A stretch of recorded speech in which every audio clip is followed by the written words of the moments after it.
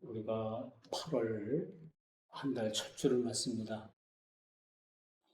8월 하면은 이제 불볕더위가 아주 한참 기승을 부릴 그럴 어, 한 달이기도 해요.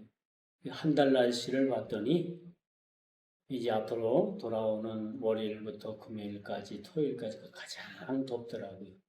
다음 주부터는 그렇게 기온이 한 2도, 3도 정도가 떨어져요. 보니까 간간히 소나기도 오고 그래서 이번 주를 잘 우리가 지혜롭고 또 조심해서 이렇게 여름을 보내면 이번 여름도 좀 무난하게 보낼 수 있겠다 그런 생각을 그렇게 가져봅니다. 아무쪼록 덥죠. 지난주엔 제가 일본에 가족들과 함께 휴가를 좀 다녀왔습니다. 다녀오면서 여러분들에게 조금 미안한 점이 제가 먼저 휴가를 가서 좀 미안한 점도 있고 앞으로 여러분들도 휴가 계획도 이번 주에 있는 우리 성도들도 계시고 이미 휴가를 떠나서 오늘 주일날 나오지 못한 우리 성도들도 사실 있습니다만 참 휴가를 통해서 우리가 생각할 수 있는 것은 삶의 재충전이에요. 그렇죠? 이 무더운 여름은 우리가 어떻게 지혜롭게 자 하나님 은혜 가운데 이렇게 보낼 수 있고 날 수 있을까? 그렇죠? 행여나 이 더위로 인해서 우리의 믿음이 혹시 흐트러지지는 않을까? 그런 생각도 가져봐요. 그래도 뭐니 해도 여러분 어디를 나가고 여행을 다녀봐도 집보다 좋은 건 없어요. 아무리 호텔이 고급스럽고 맛난 것을 먹는다 하더라도 역시 마음 편한 것은 집밖에 없더라. 그런 생각을 그렇게 가져봅니다. 아마도 저희 가족들이 이렇게 휴가를 맞춰서 여행을 다녀온 것은 아마 이번이 처음 같아요. 이제 저희 가정하고 아들 가정하고 또 딸 사이의 가정들이 있는데 서로 맞추기가 쉽지 않습니다. 그래서 이번만큼은 한번 맞춰보자 해서 맞춰서 좀 다녀왔는데 다녀오면서도 뭐 무리하지 않은 부분이 없지 않아 있어요. 그런 부분들도 있지만은 어쨌든 여러분들도 앞으로 뭐 이번 주부터 또 이렇게 휴가가 시작되는 우리 성도들의 가정들도 참 복되고 아름다운 그런 삶을 충전할 수 있는 그런 계기가 되는 휴가가 되길 바랍니다. 오늘 다시 본문으로 들어와 보면요. 우리 본문의 말씀의 제목이 좀 심상찮지요? 바람을 심고 강풍을 거둘 것이라. 바람을 심는다. 그렇죠? 참 이건 시적이면서 또 문학적인 아주 표현이면서도 어느 한켠에는 이것이 하나님의 경고의 말씀이 아닐 수 없다라는 생각을 가져요. 바람을 심고 강풍을 거둔다. 이게 바람 많이 불어서 좋은 일은 별로 없어요. 또 강풍이 대작을 하면은 바다에 떠 있는 배들이 파산을 합니다. 그렇죠? 이 지구상에 많은 바람이 불게 되면은 많은 그런 시설물들이 손해를 입고 파괴가 되고 그런 경우가 있는 거죠. 우리 신앙에도 마찬가지죠.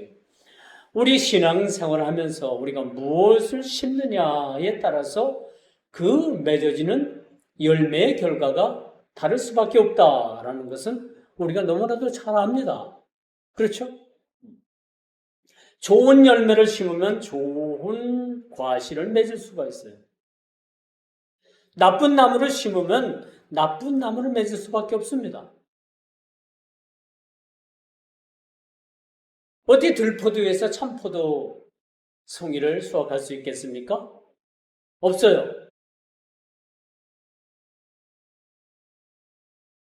왜 이런 비유의 말씀을 하나님께서 선지자 호세아를 통해 가지고 오늘 7절의 말씀입니다만 이 말씀을 기록하셨을까? 당시 그 북이스라엘 백성들은 하나님의 언약을 버렸습니다.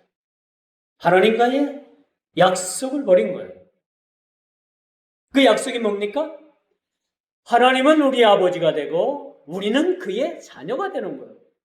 이런 언약 관계를 맺었지만은 이들은 뭐예요? 곧바로 이 언약을 버리고 무엇을 섬겼느냐? 우상을 만들어서 그 우상을 맹렬히 섬겼어요. 우상을. 하나님이 아닌 다른 어떤 목각이나 돌을 새기고 돌에 새기거나 뭐 어떤 바위에 새기거나 나무에 새기거나 그런 형상을 만들어서 그들이 하나님 대신, 그리고 그들이 북이스라엘은 대표적인 우상의 모습이 송아지요. 금송아지. 금송아지를 만들어가지고 그것이 하나님이라고 해가지고 그들이 사마리아의 성에서 맹렬하게 하나님 대신 우상을 섬겼다는 겁니다. 이뿐이겠어요? 모든 삶에 또 국가와 국가적인 모든 정치적인 관계를 하나님께 의뢰해서 모든 문제를 풀어야 됨에도 불구하고 그들은 뭐예요? 정치적으로, 정략적으로 그들이 인간의 방법으로 정치적인 그런 타협을 통해서 그들이 정치를 행했다라는 거죠. 요즘도 보면 정권이 바뀔 때마다 많은 부분들이 바뀌잖아요. 우리나라 검찰이 없어졌어요. 그렇죠? 기소권도 안 준다는 얘기가 있었던가, 기소권만 준다든가. 이제는 경찰에서 수사를 해서 그걸 검찰로 넘기면 검찰에서 이것이 사건이 의심스러우면 검사가 이거 다시 한번 조사해봐 해가지고 경찰로 다시 넘겼는데 그런 것이 없어졌어요. 경찰에서 그것을 조사해서 구속하면 그게 끝나는 거예요. 다시 한번 억울한 사람들의 그러한 잠금장치가 풀려진 상태라고 말씀드릴 수가 있어요. 이게 좋은 것은 서로 도모해야 되고 나쁜 악은 버려야 되는데 요즘 가만히 보면은 세상이 꼭 그런 것 같진 않다. 세상이 그 이치로 돌아가는 경우가 별로 없고 다 뭐 쇼킹할 일들만 그렇게 많이 생기는 것 같아서 아주 사뭇 마음이 그렇게 불편한 적이 좀 많이 있습니다. 이뿐이겠습니까? 이스라엘 백성들은요, 종교적인 형식주의에 빠진 거야. 나는 너희 하나님이 되고 너희는 내 백성이 될 것이라. 이런 언약 관계를 깨뜨려 버리고 이제는 그들이 맞아요. 우리는 하나님을 섬기고 우리는 그의 자녀예요. 이러한 신앙의 고백이 삶에서 그들의 모습에서 그런 모든 것에서 그것이 배어져 나와야 되는데 그게 아니고 입술로만 하나님은 우리의 하나님이 되고 우리는 그의 백성이 된다라는 종교적인 형식주의에 빠져 있었던 거예요. 이게 하나님께서 선지자를 통해서 이스라엘에게 주는 경고의 말씀이었다는 거죠. 그들의 삶은 형식주의적인 그런 삶에서 벗어나지 못했어요. 어떤 면이든 그들에게선 진실을 찾아볼 수가 없었습니다. 말은 그렇게 뻔지르르게 하는데 행동은 전혀 아니올시다. 그에 대해서 강력하게 하나님께서 그들에게 회개를 촉구하고 있는 말씀이 바로 오늘 본문의 말씀이라는 사실입니다. 이렇게 타락한 세대를 향해서 하나님께서 선지자 호세아의 그런 외침을 통해서 오늘 본문의 말씀이 그렇게 반영이 됐다고 봐야 되는 거예요. 한 국가의 흥망성쇠는요, 우리 인간에게 달리는 게 있는 게 아니에요. 한 국가의 흥망성쇠는 정치가들에 의해서 그렇게 이루어지는 것이 아니라 그 나라를 하나님께서 하나님 뜻대로 운영하시느냐? 그래서 하나님 뜻에서 벗어난 그런 심판을 받는 그러한 나라가 되느냐에 따라 가지고 그 나라가 흥하느냐 망하느냐라는 기로에 그렇게 서게 된다고 말씀드릴 수가 있습니다. 그러므로 여러분, 하나님께서는 이 한 국가의 몰락을 선지자를 통해서 미리 알려주고 계시는 거예요. 좀 쉽게 말해서 이스라엘, 너희들 앞으로 계속 그렇게 나가면 재미없어. 내가 반드시 너희를 망하게 할 것이야. 그런 경고의 말씀이라는 거예요. 이 말씀이 실질적으로 아스르에 의해서 BC 722년에 북이스라엘이 멸망을 받는다는 사실, 여러분 알고 계십니까? 이 역사적인 사실로 이스라엘이 멸망을 받았다라고 말씀드릴 수가 있습니다. 오늘 본문의 그 키워드는 뭐니 해도 7절입니다. 마지막 절로 저희들이 읽었습니다만, 함께 우리가 합독을 했습니다만, 키워드는 7절이에요. 그들이 누구예요? 우리가? 뭘 심었다고요? 좋은 씨앗을 심은 게 아니에요. 바람을 심고 결국은 그 바람이 자라가지고 큰 광풍을 일으키게 됐는데, 이 강풍이 사실은 나라를 삼켜버린 거예요. 이스라엘 백성들 한 개인뿐만 아니라 그 나라를 완전히 삼켜버렸다라고 말씀드릴 수가 있는 거죠. 우리 일상생활 가운데 자주 쓰는 말이 있죠. 대로 주고 말로 받는다. 그렇죠? 그런 말이 있어요. 대로 주고 말로 받는다. 이게 좋은 의미보다는 뭐예요? 좋은 의미보다는 더 큰 데미지를 주는 그러한 손해를 보는 일들을 그렇게 말한다고 볼 수가 있어요. 마치 북이스라엘의 현재 상황이 하나님에 대한 태도의 모습을 엿보게 합니다. 그들이 바람으로 심고 광풍으로 거두겠다. 이 말씀. 그리고 오늘 본문 1절부터 뭐라고 말씀합니까? 하나님의 경고의 말씀이 나오죠. 요한계시록에 보면은 나팔을 불게 되면 첫째 재앙이 임하고 둘째 나팔을 불게 되면 또 재앙이 임하고 쭉 재앙이 임합니다. 오늘 1절의 말씀도 어떤 말씀이 나와요? 내 나팔을 내 입에 대어라. 이게 뭔 말씀이야? 멸망이 가까웠으니, 심판날이 가까웠으니, 이런 경고의 말씀을 주고 있다라고 말씀드릴 수가 있는 거죠. 왜 하나님께서 이런 경고의 말씀에 경고의 나팔에 입을 대라라고 그렇게 말씀하고 계실까요? 이것은 독수리가 여호와의 집에 덮치는 것처럼 원수가 그들을 덮칠 것을 그렇게 예언하고 있다는 것을 보여주는 겁니다.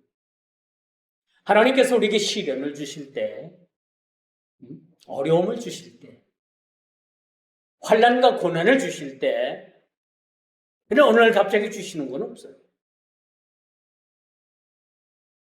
어느 날 갑자기 주시는 것이 아니라 너희 하나님께서는 시간마다 때마다 경고를 하십니다. 무언의 메시지를 던져 주고 계시는 거예요. 요즘 속된 말로 너 이렇게 하면 재미없어? 너 이렇게 하면 내가 너를 심판할 거야? 너 이렇게 하면 너 고통 가운데 있을 수밖에 없어? 너 계속해서 이런 상황으로 나가면 내가 너를 그런 막다른 골목으로 너를 밀어붙일 수밖에 없어? 그렇게 누누이 하나님께서는 경고하십니다. 그 경고의 방법은 다양해요.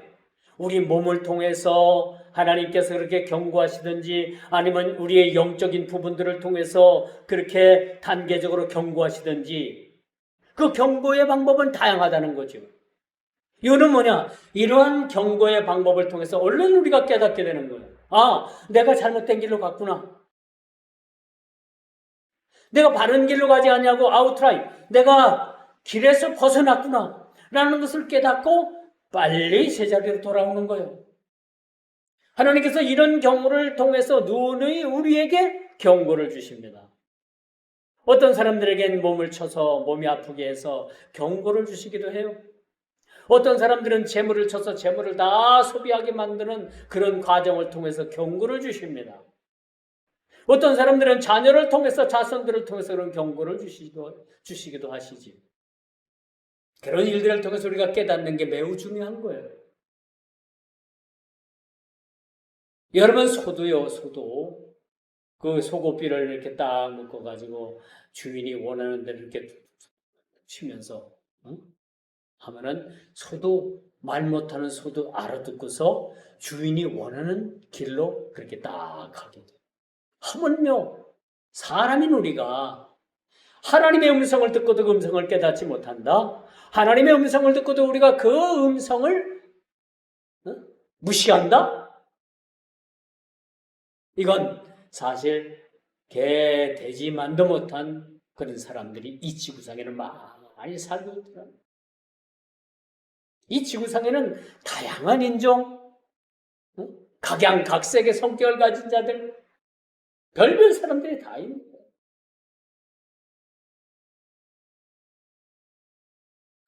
그러므로 우리에게 무서운 경고를 하는 동시에 과연 우리가 하나님을 어떻게 섬기는가를 철저하게 돌아보는 말씀이 바로 오늘의 본문의 말씀이에요.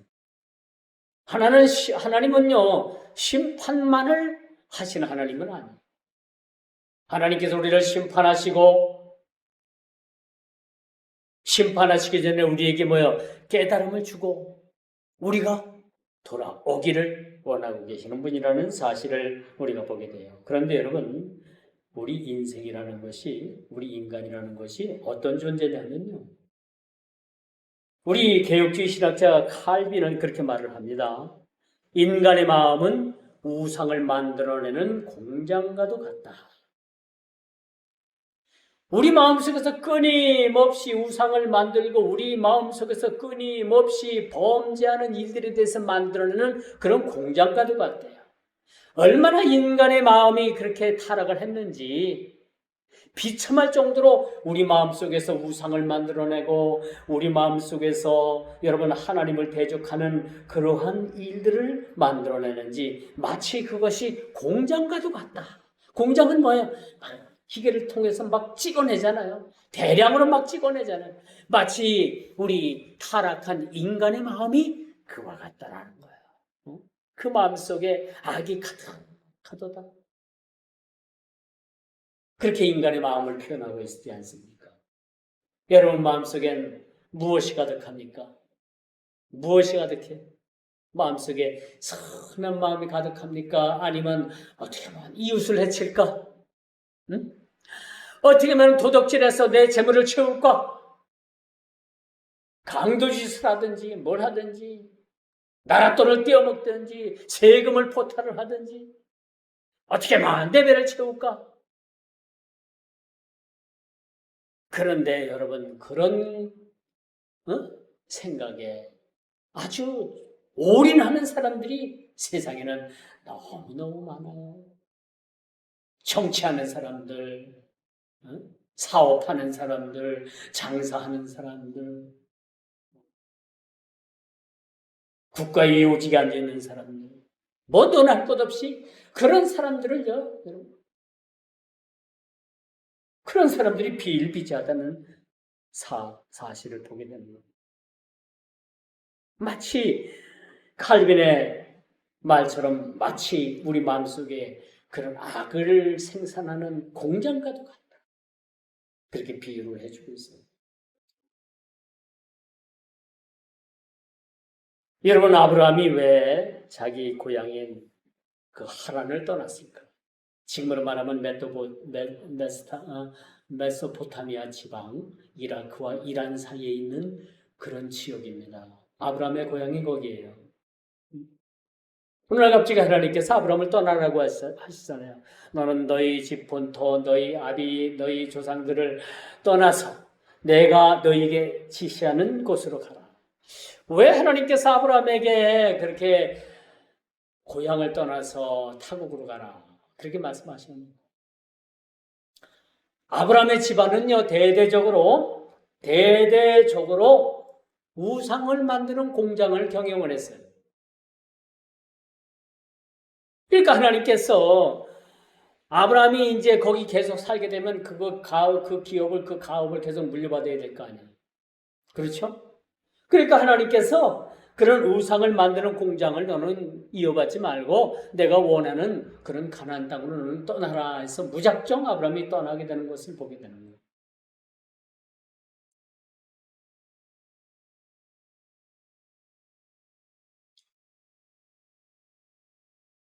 그래서 하나님께서는 아브라함을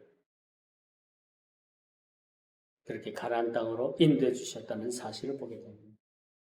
그래서 오늘 이 본문 8장은 하나님을 섬긴다고 말하면서도 스스로 만든 우상과 형식주의에 빠져 있던 것이 당시의 이스라엘 백성들, 지도자들 비롯해서 많은 사람들이 종교의 형식주의에 빠져 있었던 거예요. 오늘날도 마찬가지예요. 많은 사람들이 교회를 다닙니다. 교회가 미워져야 어떤 교회를 다닙니다. 그런데 과연 그 수많은 사람들이 교회를 다닌다고 하지만 얼마만큼의 사람들이 진실된 믿음을 가지고 하나님을 섬기며 하나님 나라를 그들이 경험하면서 살아갈까? 사실 그것도 의문이라고 말씀드릴 수가 있습니다. 그러므로 우리가 하나님을 안다고 하지만 실상은 무지한 자들에 불과하다는 사실입니다. 여러분 하나님을 아십니까? 예수님은 알고 계십니까? 그분이 어떤 분이십니까? 하나님은 나에게 어떤 분이십니까? 예수님은 나의 어떤 분이십니까? 성령님은 나의 어떤 분이십니까? 한번 여러분 조용히 한번 물어보세요. 가슴에 손을 얹고 한번 물어보세요. 하나님은 나에게 어떤 존재이십니까? 한번 물어보세요. 그런데 여러분 놀랍게도 이스라엘 백성들은 하나님을 믿고 하나님을 안다고 하면서 사실은 무지한 자들이에요. 하나님을 안다고 했지만 그들은 하나님을 알지 못했어요. 하나님을 믿는다고 했지만 하나님을 믿는 것이 아니라 형식주의에 빠져 있었다. 모든 것이 다 형식이야. 진실된 것이 없어.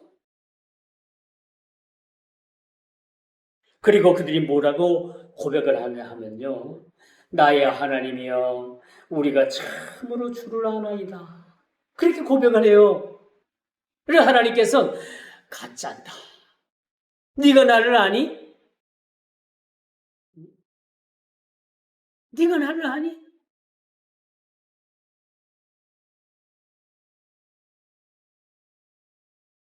그렇게 반문하고 계시는 거예요. 그리고 그들이 하나님을 안다. 우리는 하나님을 믿는다. 그렇게 외칠 때 하나님은 그들의 외침을 단호하게 거절하셨어요. 단호하게 거절하셨어요. 왜일까요? 그들은 하나님을 아는 게 아니에요. 안다고 했지만 형식주의, 믿는다고 했지만 형식주의에 빠져 있는 거예요. 그러면 하나님은 아니야. 너희는 나를 몰라. 나는 너희들을 알지만은 그 마음속에 죄악의 악독이 가득하고 악의 열매를 맺고 그런 부분들 뿐이야. 너희는 나를 몰라. 오늘 본문 말씀이 바로 그런 얘기예요. 그리고 하나님은 그들의 그런 외침, 그런 형식주의적인 고백을 단호히 거절하고 계신다는 겁니다. 그들은 입술로는 하나님을 알고 그렇게 신앙 고백을 하는 것처럼 보였지만 삶의 중심에는 하나님의 언약을 어겼고 율법을 범했다라고 성경은 그렇게 말씀해 주고 있습니다. 우리가 하나님을 안다. 하나님을 단순히 지적으로 안다. 지식적으로 단순히 하나님을 정보적으로 안다 라고 하는 것은 하나님을 알지 못하는 무지에 빠져있는 사실을 우리가 보게 되는 거죠. 그렇다면 하나님을 아는 삶이 어떤 것인가? 우리가 그분의 주권, 하나님의 주권을 인정하고, 그렇죠? 하나님 말씀에 순종하고, 이게 하나님을 아는 거예요. 이게 형식적이지 않고 진실로 하나님을 섬기는 겁니다. 그분의 주권을 인정하는 거예요. 그리고 매사에 하나님 말씀에 순종하는 겁니다. 이게 하나님을 아는 지식, 하나님을 아는 그런 삶이라고 그렇게 말씀드릴 수가 있는 거예요. 하나님을 지식적으로 안다고 해서 하나님을 안다고 장담을 했으나 오늘 3절에 보니까 그들은 선을 버렸다. 하나님을 아는 지식을 버렸다는 거예요. 3절이죠. 그리고 하나님의 법을 이방 사람의 법처럼 생소하게 여겼다라고 12절에 그렇게 나왔습니다.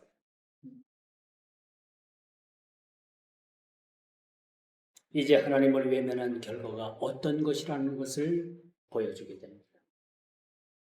하나님을 떠나 자기 지혜와 세속적인 삶, 세속적인 힘, 우상을 의지하는 그러한 인생은 결코 좋은 열매를 맺을 수가 없다는 거죠. 오늘 7절의 말씀처럼 바람을 심어서 광풍을 거두는 그런 우매함에 빠질 수밖에 없다는 것을 보게 되는 거죠.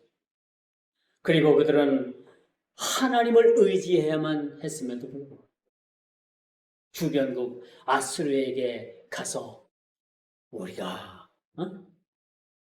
연약할 때, 우리가 위험에 닥칠 때 우리를 도와주세요.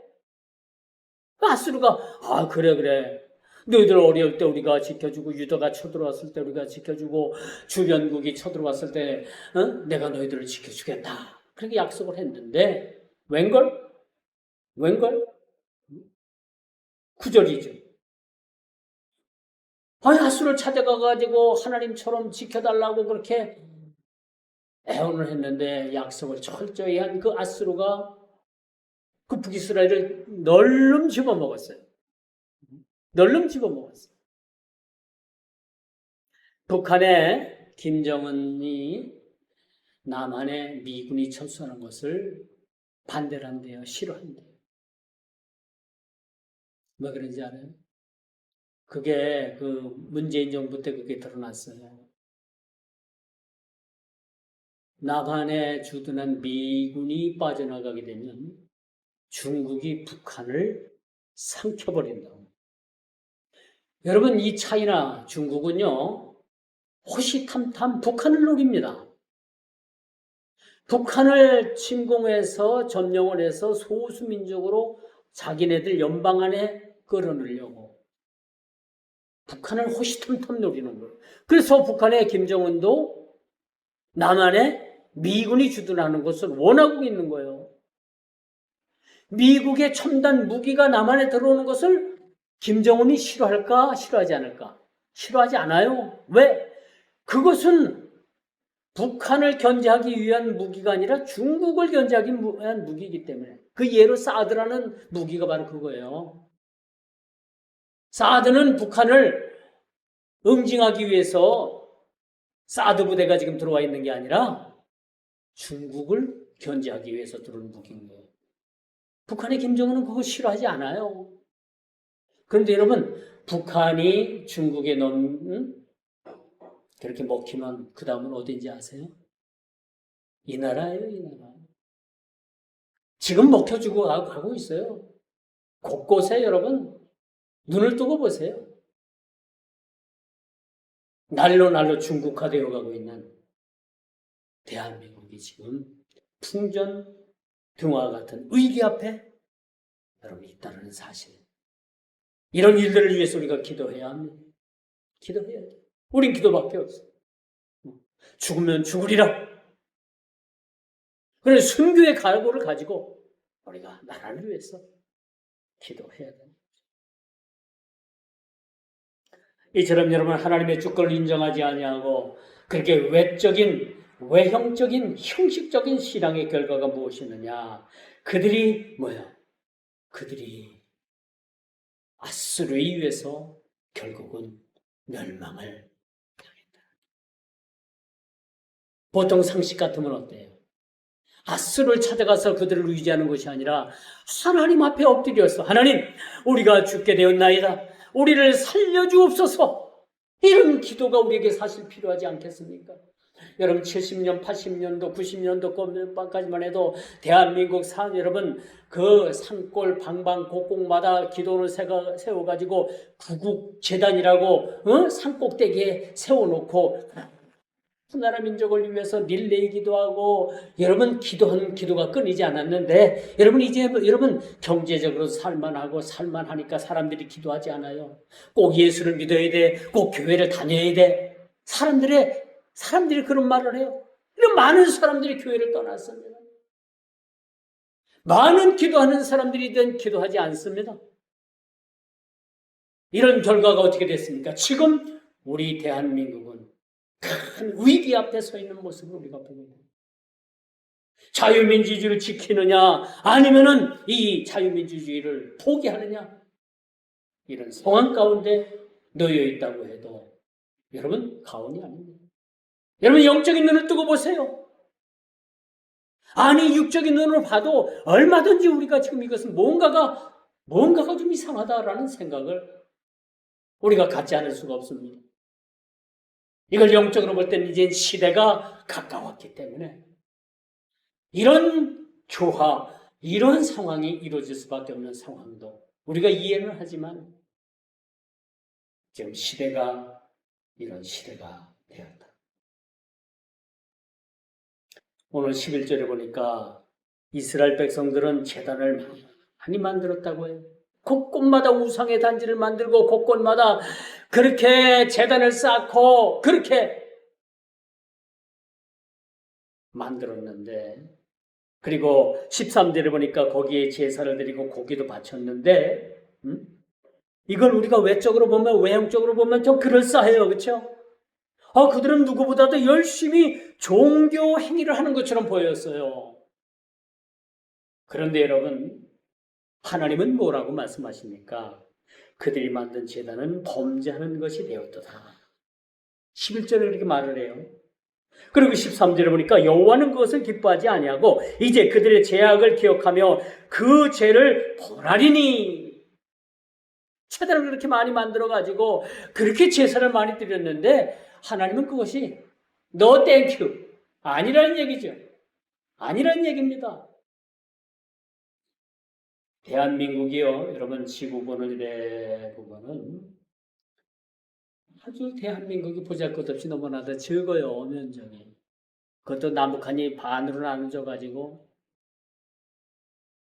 콩털만도 안 해, 깨알만 해. 그런 나라에 여러분 잘 들어보세요. 교회가 얼마나 많은지. 그렇죠?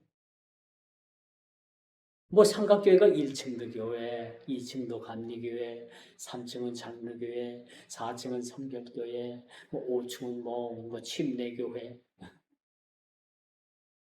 이 연세 드신 분들은요, 엘리베이터 잘못하면 다른 교회로 쓱 들어간대요.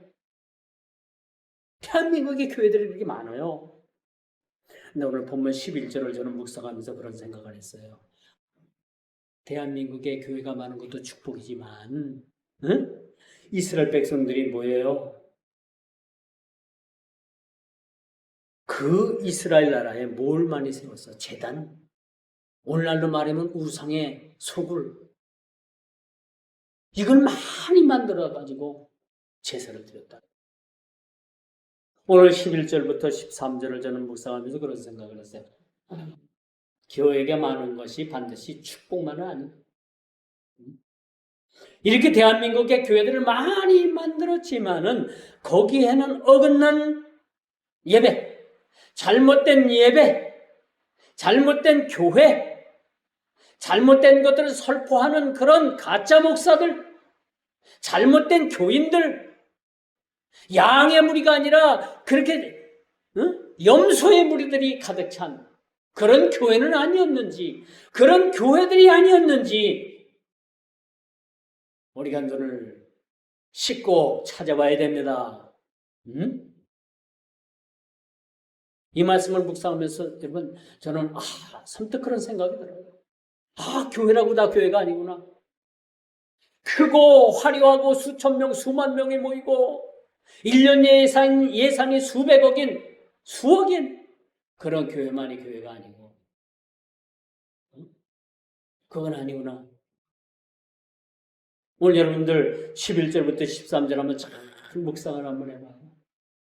대한민국에 이렇게 이 수많은 교회들, 이 교회들을 통해서 드려지는 이 예배들, 이 예배의 몇 퍼센트는 하나님께서 기뻐 받으실까?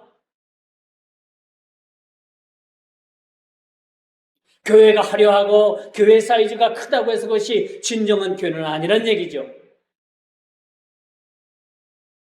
예배에 하나님의 말씀이 살아있고 예수 그리스도의 보혈의 은혜가 증거가 되고 십자가의 은혜의 삶이 증거되는 교회. 이런 거룩한 교제가 있는 교회.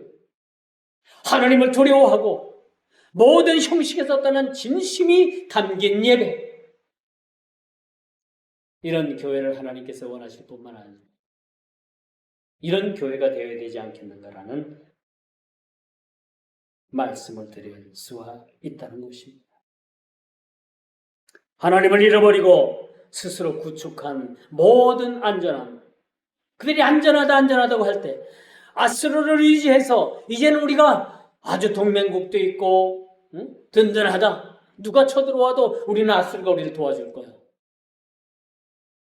그렇게 생각했던 그 생각을 산산조각낸 사건이 BC 722년에 아수르라는 나라가 이스라엘을 쳐들어와서 나라를 완전히 멸망시키는 그러한 역사적인 사실을 우리가 보게 되는 것입니다. 이제 말씀의 결론을 맺을게요. 바람을 심어 광풍을 거둘 수밖에 없는 무능하고 부패한 인간의 한계를 우리는 보게 됩니다. 너희들이 무엇으로 심든지 심은 대로 거두리라. 응? 좋은 열매를 뿌렸으면요, 시루피 씨앗을 뿌렸으면 좋은 열매가 맺는 거예요. 나쁜 씨앗을 뿌렸으면 거둘 때 나쁜 열매를 맺을 수밖에 없는 거예요. 거둘 수밖에 없는 겁니다.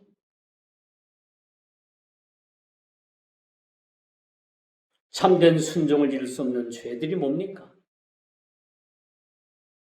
하나님을 사랑하지 못하고 하나님을 섬기지 못하고 우상을 섬기는 그러한 잘못된 형식주의적인 그런 삶에서 떠나라는 얘기예요.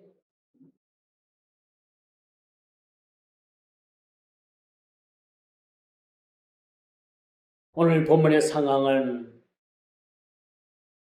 이 상황을 보면서 이스라엘이 어떻게 대처하고 있는가? 전혀 대처하지 못했어요. 그 악을 버리지 못한 그 삶이 점점 멸망의 나락으로 그렇게 끌려 들어갈 수밖에 없었던 그 상황. 그런데 여러분, 하나님께서 이런 상황 가운데서도 돌아오길 원했어요. 회개하길 원했어요. 깨닫길 원했어요. 이런 사실을 그들은 놓치고 있다는 거예요. 오늘날 우리 신앙도 마찬가지입니다. 어떤 일에 우리가 열심이든지 그 열심 가운데 그 열심의 대상이 누구냐? 목적이 뭐냐? 그 열심의 대상이 하나님이냐? 그 목적이 하나님이 되어야 된다는 사실을 우리는 깨달아야 됩니다. 맹목적인 열심? 이건 망하는 길이에요. 무조건 믿습니다? 아니에요. 알고 정확하게 믿어야 되는 거예요. 그렇지 않겠습니까? 기도하겠습니다.